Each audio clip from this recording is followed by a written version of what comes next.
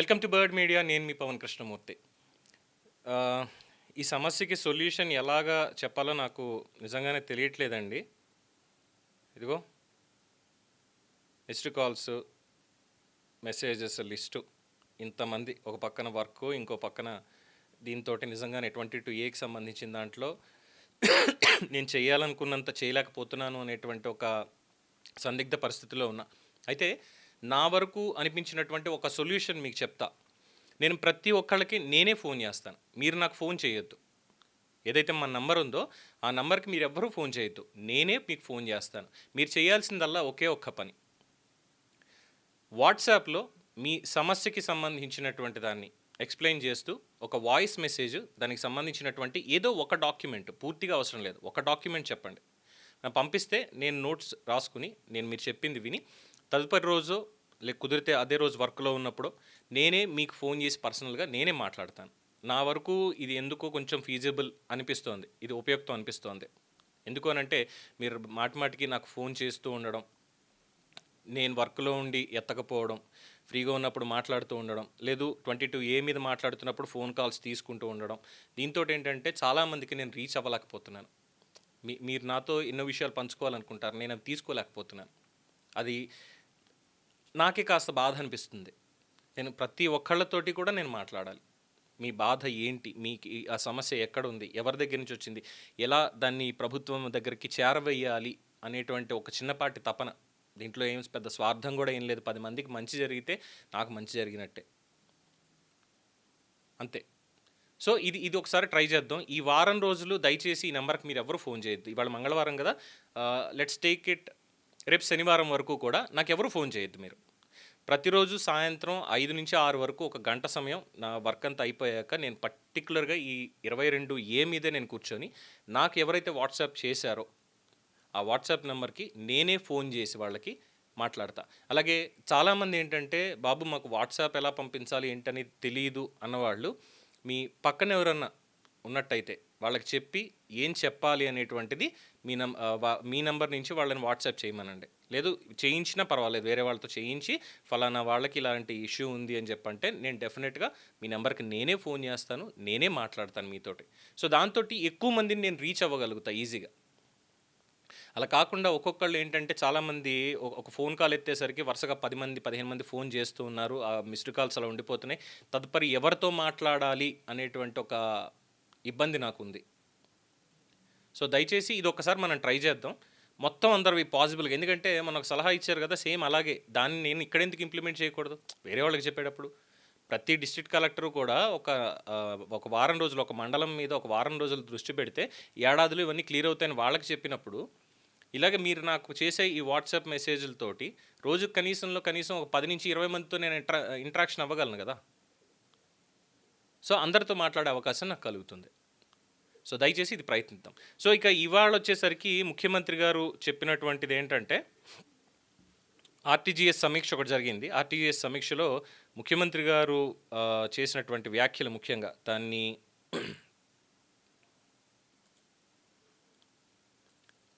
డీటెయిల్డ్గా చూస్తే ముఖ్యంగా ఫిర్యాదుల పరిష్కారానికి క్రౌడ్ సోర్సింగ్ అనేది చెప్పారు. ప్రభుత్వానికి వచ్చే అన్ని ఫిర్యాదుల స్వీకరణకి క్రౌడ్ సోర్సింగ్ విధానాన్ని అమలు చేయాలని స్పష్టం చేశారు. ప్రతి అర్జీని కూడా మానవీయ కోణంలో పరిశీలించి వేగంగా పరిష్కరించాలి. గత ప్రభుత్వ హయాంలో రాజకీయ కక్షతో కొందరు భూముల్ని 22A జాబితాలో చేర్చారు. ఇలాంటి వివాదాలని పరిష్కరించడం ద్వారా ఎన్నో అవకాశాలు సృష్టించవచ్చు. శెట్టిపల్లి భూ వివాదం పరిష్కారంతో ప్రభుత్వానికి 900 కోట్ల విలువైన భూమి రావడమే ఇందుకు నిదర్శనం. సో ఈ సమీక్షలో మంత్రి కొల్లు రవీంద్ర వర్చువల్గా, ప్రభుత్వ ప్రధాన కార్యదర్శి సాయి ప్రసాద్, డీజీపీ హరీష్ కుమార్ గుప్తా, ఇతర ఉన్నతాధికారులు పాల్గొన్నారు. ఓకే, దీన్ని డీటెయిల్డ్గా ఒకసారి మనం మాట్లాడుకుందాం. ఏంటి అనేది చూస్తే, ఈ క్రౌడ్ సోర్సింగ్ విధానం అంటే ఏంటి, 22A భూములకు సంబంధించి మాట్లాడిన దాంట్లో ఇందులో ఎన్ని పాయింట్స్ ఉన్నాయి అనేటువంటిది. సో ఈ క్రౌడ్ సోర్సింగ్కి సంబంధించి ప్రైవేట్ కంపెనీలు ప్రజల ఆలోచనలు, సమాచారం, సూచనల్ని సేకరించడం కాదు. ఇది ప్రభుత్వ పరిపాలనలో దీని అర్థం కొంత భిన్నంగా ఉంటుంది. సో భూ సమస్యలు, పెన్షన్ రాకపోవడం, రేషన్ సమస్యలు, అవినీతి ఫిర్యాదులు, రోడ్లు, డ్రైనేజీ సమస్యలు, పోలీసుల ఫిర్యాదులు, రెవెన్యూ సమస్యలు, ఇవన్నీ కూడా వేర్వేరు శాఖల్లో వేర్వేరు మార్గాల్లో వెళ్ళేవి. చాలా ఫిర్యాదులు ఆలస్యం అవుతాయి లేదా మధ్యలోనే ఆగిపోతాయి. సో ఈ క్రౌడ్ సోర్సింగ్ ఏంటి అనేటువంటిది మనం ఒకసారి చూసినట్లయితే, ప్రజలు ఏ మాధ్యమం ద్వారా అయినా సరే ఫిర్యాదు చేయగలగాలి. అది ఫోనా, వాట్సాపా, వెబ్‌సైటా, యాపా, సోషల్ మీడియానా, లేదా గ్రామ వార్డు సచివాలయాల, ప్రజా దర్బారా.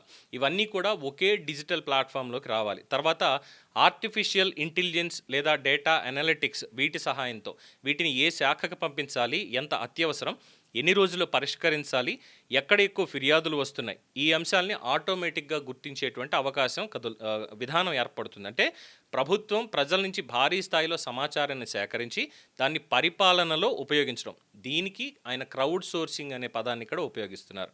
ఫైన్. ఇక రెండోది, ప్రతి అర్జీని మానవీయ కోణంలో పరిశీలించాలి. ఇది చాలా ముఖ్యమైనటువంటి వ్యాఖ్య. సాధారణంగా ప్రభుత్వ కార్యాలయాల్లో రూల్స్ ప్రకారం కుదరదు అని చెప్తారు. కానీ సీఎం చెప్పేది ఏంటంటే నిబంధనలు పాటించండి. అట్ ద సేమ్ టైం బాధితుడి పరిస్థితి, ఆలస్యానికి గల కారణం, నిజంగానే అన్యాయం జరిగిందా, ప్రభుత్వం వల్ల ఇబ్బంది పడ్డాడా,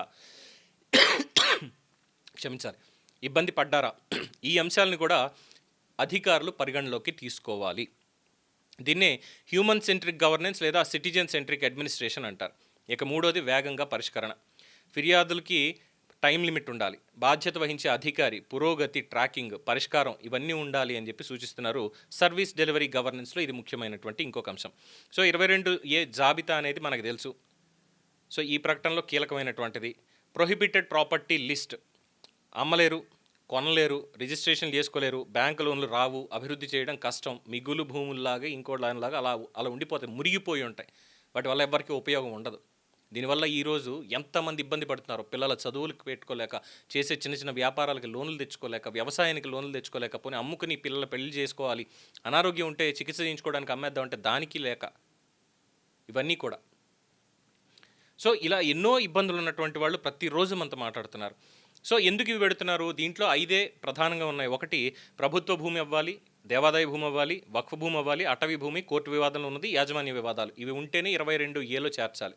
ఇవేవి లేకపోతే చేర్చిన వాటివి ఈ కంప్లైంట్స్ కూడా ఉన్నాయి. ఏ వివాదాలు లేవు, పట్టా భూములు, పక్కా పట్టా భూములు అయినా సరే తీసుకెళ్ళి వివాదాస్పదంగా పడేస్తున్నారు కొన్ని చోట్ల, జస్ట్ దండుకోవడానికే. ఇది వాస్తవం.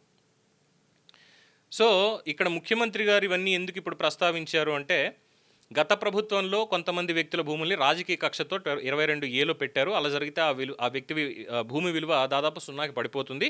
అమ్మలేరు, పెట్టుబడి రాదు, పరిశ్రమలు రావు, లోన్ రాదు, ఆస్తి ఉన్నాయి, ఉపయోగించుకోలేరు. సార్, ఇది కేవలం గత ప్రభుత్వ పాపం అని మాత్రం దయచేసి అనుకోవద్దు ముఖ్యమంత్రి చంద్రబాబు నాయుడు గారు. ఇది 2016 నుంచే మొదలైంది అని కూడా అంటున్నారు. ఇంకా మాట్లాడితే 2008లో కూడా కొంతమంది ఇలా పెట్టారు అని కూడా కాల్స్ వచ్చాయి. సో దయచేసి ఇది కేవలం ఒక ప్రభుత్వం చేసింది అన్నటువంటిది కాదు. ఇందులో ఒక వ్యవస్థ అనేటువంటిది పాతుకుపోయింది. దాని మీద మీరు నిజంగానే ఒక గట్టి విమర్శ చేయొచ్చు. కానీ కేవలం గత ప్రభుత్వం అని దీని మీద అనకూడదు. 2016 నుంచి ఉన్నటువంటివే ఎక్కువగా మాట్లాడుతున్నారు. 22Aలో పడేశారు అని చెప్పని. సో ఇక్కడ ఏం చేద్దాం అనుకుంటున్నారు ప్రభుత్వం? ఈ ప్రతి కేసు కూడా పరిశీలించి అది నిజంగా ప్రభుత్వ భూమేనా, తప్పుగా చేర్చారా, లేదంటే రాజకీయ కారణమా, లేదంటే రెవెన్యూ పొరపాట, చాలా ఉన్నాయి పొరపాట్లు. సో ఏమొస్తాయి ఇలా చేస్తే? 22A పరిష్కరిస్తే ప్రభుత్వానికి ఏమొస్తుంది? పరిశ్రమలు వస్తాయి, రియల్ ఎస్టేట్ అభివృద్ధి అవుతుంది, బ్యాంక్ ఫైనాన్స్ వస్తుంది, ఉద్యోగాలు వస్తాయి, స్టాంపు డ్యూటీ రూపంలో ప్రభుత్వానికి ఆదాయం పెరుగుతుంది, పెట్టుబడులు పెరుగుతాయి, కొన్ని కోట్ల రూపాయల ఆర్థిక కార్యకలాపాలు ప్రారంభమవుతాయి. సో సెట్టిపల్లి భూ వివాదాన్ని ఇక్కడ స్పెసిఫిక్గా ప్రత్యేకంగా చెప్పారు ఆయన. ప్రభుత్వం ఆ ఇష్యూ మొత్తాన్ని పరిష్కరించిన తర్వాత 900 కోట్ల విలువైన భూమి వచ్చింది. అంటే ఆ భూమి ఇప్పటి వరకు వివాదాస్పదంగా ఉండి వినియోగించుకోకుండా, కనీసం ఉపయోగించుకోలేకుండా ఉన్నటువంటి భూమి చట్టపరంగా ప్రభుత్వం ఆధీనంలోకి వచ్చింది, ప్రభుత్వ ప్రయోజనాల కోసం అందుబాటులోకి వచ్చింది ఇప్పుడు అది. సో దీంతో ఏం చేయొచ్చు? 900 కోట్ల భూమితో ప్రభుత్వం ఏం చేస్తుంది?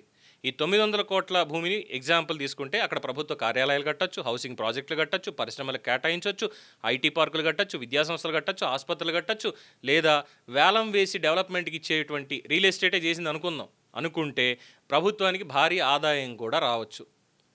ఇక్కడ తెలంగాణలో జరుగుతుంది అదేగా, ఎకరం 237 కోట్లు అలాగా.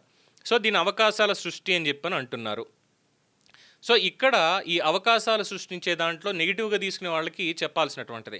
ఇక్కడ చెప్పేది ఏంటంటే, ప్రభుత్వం కొత్తగా భూములు కొనాల్సిన, సేకరించాల్సినటువంటి అవసరం లేకుండా వివాదాల్లో చిక్కుకున్న భూముల్ని చట్టబద్ధంగా పరిష్కరిస్తే ప్రభుత్వ ఆస్తులు పెరుగుతాయి, పెట్టుబడులు పెరుగుతాయి, ఉద్యోగాలు పెరుగుతాయి, రెవెన్యూ వస్తుంది, కోర్టు కేసులు తగ్గుతాయి, ప్రజల సమస్యలు పరిష్కారం అవుతాయి.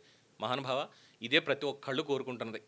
ముఖ్యమంత్రి గారు ఒక్కళ్ళకి ఎటువంటి సమస్య ఉండకూడదు. 22A అనే పదం అసలు వినిపించకూడదు అంటున్నారు సార్. దీని మీద మరి మీరు ఎంత గట్టిగా కూర్చుంటారో, మీరు ఎంత గట్టిగా కూర్చుంటే అంత తొందరగా ఈ సమస్య అనేది క్లియర్ అయిపోతుంది.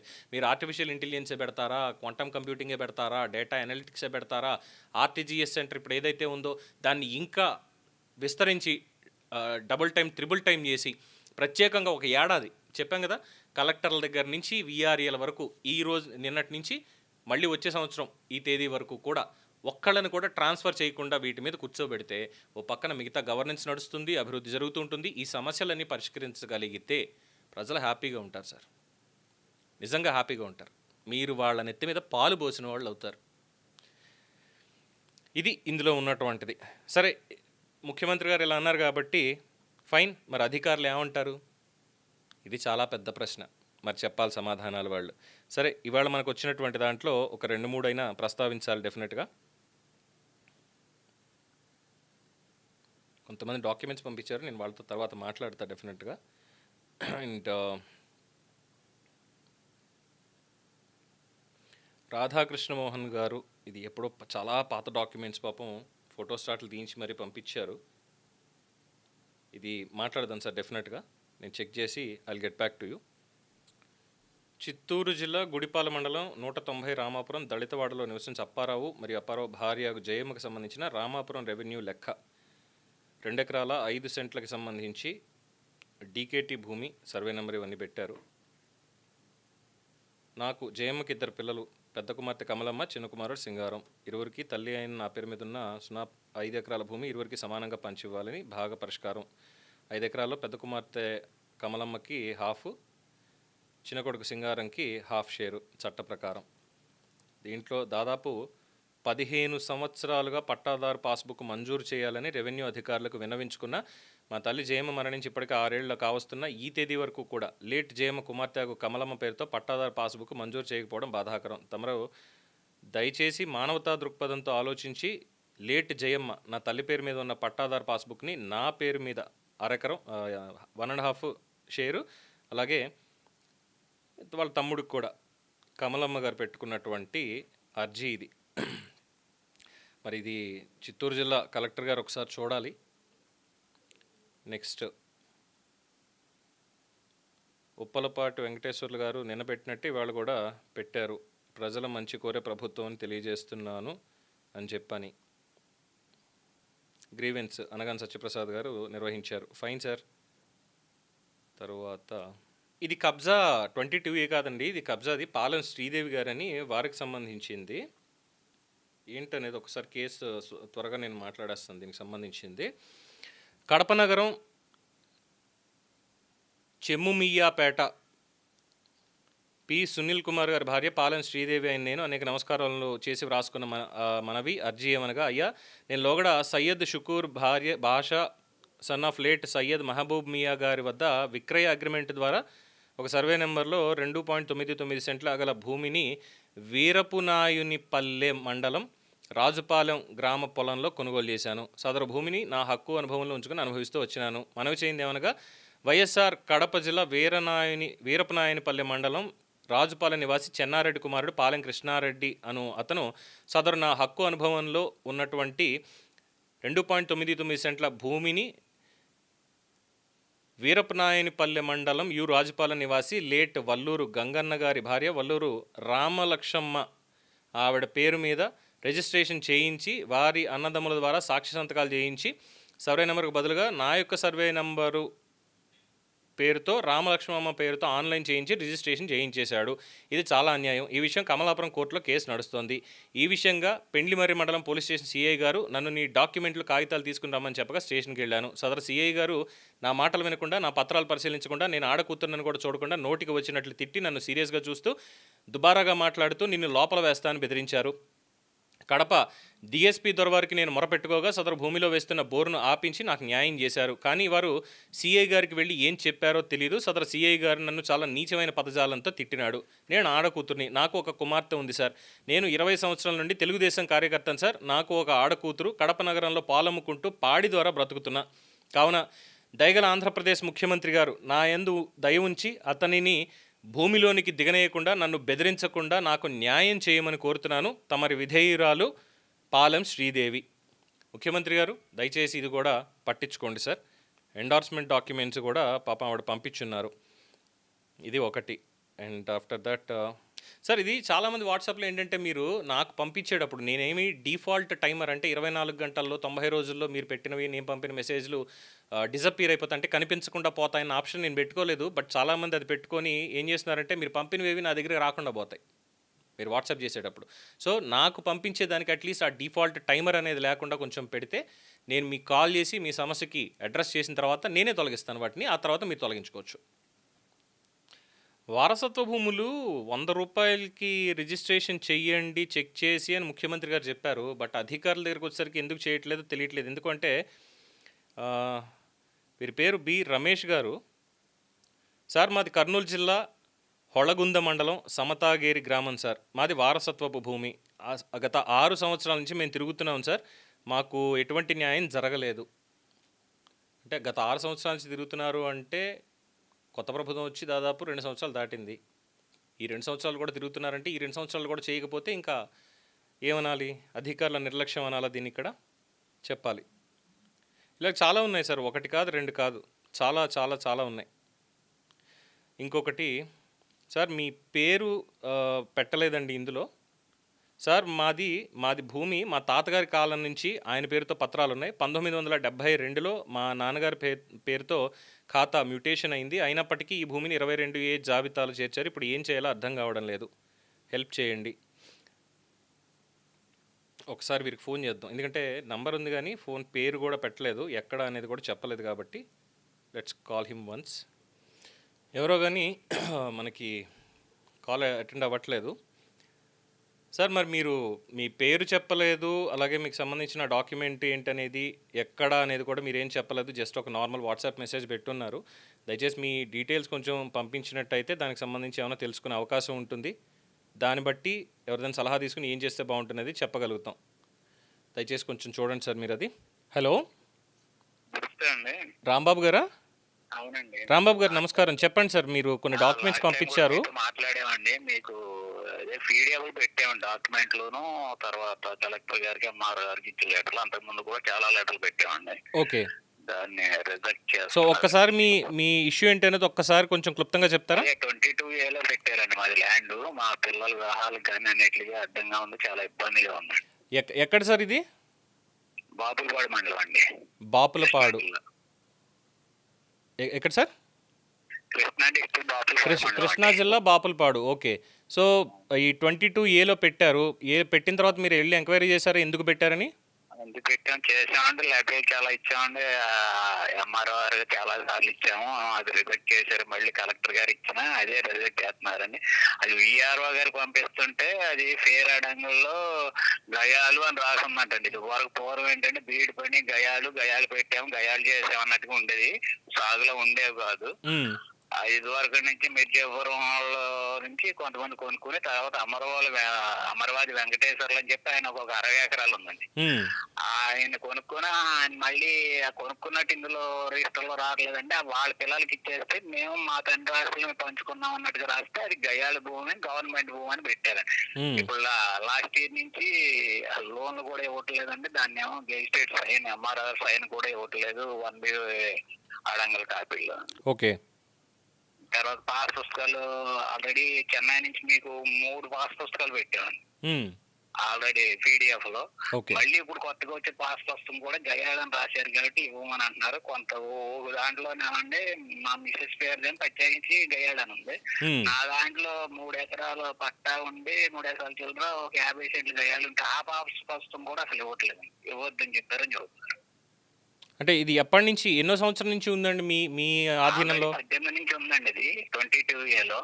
లాస్ట్ 5 years కూడా చాలా అప్లికేషన్ పెట్టామండి. మా ఎంఆర్ఆర్కి 6 నెలలకి 2 సంవత్సరాలు వాళ్ళు మారుతున్నారు. మారినా కూడా ఒకళ్ళు పెడతానే ఉందండి, అయినా రిజెక్ట్ చేస్తున్నారు. నేను అనేది లాస్ట్ టైం కూడా జూన్ నెలలో కలెక్టర్ గారు పెట్టాం, అది కూడా వాళ్ళు పంపిస్తుంటే వీళ్ళు రిజెక్ట్ చేస్తున్నారు. వాళ్ళు ఫోన్ చేస్తాను మీకు న్యాయం జరిగిందా అని. వీళ్ళు అసలు అయితే చేయట్లేదు. ఎంఆర్ఆర్ అంటే ఎక్కడి నుంచి వచ్చినా అవదని. అది 35 నుంచి 47 వరకు అది రైతుల పేరున ఉన్నట్టుగా సర్టిఫికేట్ కూడా ఇచ్చామండి. దాని రిజిస్ట్రేషన్ ఏమో చెంగల్పట్టులో జరిగింది. వాళ్ళకి కూడా అప్లికేషన్ పెట్టామండి. ఆల్రెడీ అప్పటి నుంచి రైతుల కింద ఉంది 22A ఎలా పెడతారంటే మీకు అసలు అవ్వదు, గవర్నమెంట్ చేసినా కూడా అవ్వకపోవచ్చు అన్నగట్టుగా చెబుతున్నారండి అధికారులు. అంటే గవర్నమెంట్ చేసినా కూడా అవ్వదు అని చెప్పి ఎంఆర్ఓ అంటారు. అవ్వదు అని చెబుతున్నారండి. కొంతమందికి అయితే చేస్తున్నారండి, వేరే ఏదో పట్టా ఉందని అదని ఉందని. గయాలు కొన్ని నేను అప్పుడు ఏరాడంలో కూడా చూశానండి, గయాలు అన్నది అన్నది కొంతమందికి పేరు కొట్టేసి చెరిపేసేసి మామూలు పట్టా కింద రాశారండి వాళ్ళు. ఏరాడంగుల కాపీలో కూడా కొన్ని అయ్యే భూములు గయాలు అనేది ఎర్రట్ చేసేసారు. అంటే మీకు సంబంధించి ఇది మీ పొజిషనింగ్ లో ఎప్పటి నుంచి ఉందండి ఇది? మా నంబర్ లో 9 ఎకరాల చిల్లర ఉందండి. నాది 2 ఎకరాలు 3 ఎకరాలు వీళ్ళ 6 ఉన్నారండి, మొత్తం ఎకరం. అది ఓకే. నేను అనేది రమణ గారు, చాలా కాలంగా 18 ముందు నుంచి రమణ గారు కట్ చేసినప్పుడు కూడా కొంత ల్యాండ్ రమణ గారు సార్ ఒక్కసారి ఎప్పుడు చూసినా రిజెక్ట్ చేస్తున్నారు. సార్ నేను అడిగింది ఒకసారి చెప్పండి, ఇది మీ పొజిషన్లో మీకు ఎప్పటి నుంచి దక్కలు పడింది భూమి? నేను 2004లో కొన్నానండి. 4లో ఎవరి దగ్గర కొన్నారు? తాడిచెట్టి, అంతరోజమ్మ, నరసింహరావు అని చెప్పి అతని దగ్గర కొన్నాను. వాళ్ళు అంతకు ముందు 85లో వేరే వాళ్ళ దగ్గర కొన్నారండి. ఓకే, వాటన్నిటికీ రిజిస్ట్రేషన్ అయిందండి అప్పుడు? ఈ లింక్ డాక్యుమెంట్లు పెట్టానండి. అదేమో ఈ అంతరోజం పాస్ పుస్తకం మా మిసెస్ పేరు నుంచి 2 పాస్ పుస్తకాలు రీసెంట్ గా 2 years క్రితం వచ్చిన పాస్ పుస్తకం కూడా మీకు పెట్టానండి. ఓకే, పాస్ పుస్తకాలు అయితే వచ్చాయి. మద్రాస్ నుంచి వచ్చిందండి. అలా 22Aలో ఉంది కాబట్టి పెట్టారా, 18లో తీయట్లేదండి, తీరంటున్నారు. సో పాస్ పుస్తకాలు అయితే ఇచ్చారు కానీ 22A నుంచి తీరండి. ఇప్పుడు లేటెస్ట్ గా పాస్ పుస్తకాలు ఇవ్వట్లేదండి. ఇప్పుడు ఇవ్వట్లేదు. మళ్ళీ ఈ గవర్నమెంట్ అన్ని పాస్ పుస్తకాలు అవసరం సార్. మా మిసెస్ పేరుని ఇది 3వ పాస్ పుస్తకం జగన్ గారు ఇచ్చింది ఒకటి, అది ఇవ్వలేదు. మళ్ళీ ఈ గవర్నమెంట్ వచ్చిన తర్వాత ఆపేమన్నారు. 4 పాస్ పుస్తకాలు అప్పుడేనా మా మిసెస్ పేరుని. Okay right sir. ఇప్పుడు అన్ని చల్లవన్నప్పుడు ఆ పాస్ పుస్తకాలు ఎలా ఇస్తున్నారు, శిస్తు కట్టించుకున్నారు, అన్ని కట్టించుకున్నారు. ఇప్పుడు వచ్చి ఏమో 22A ఉంది. కనీసం మీ పిల్లలకి రాయడానికి కూడా సార్ ఈ సంవత్సరం శిస్తు కట్టారా?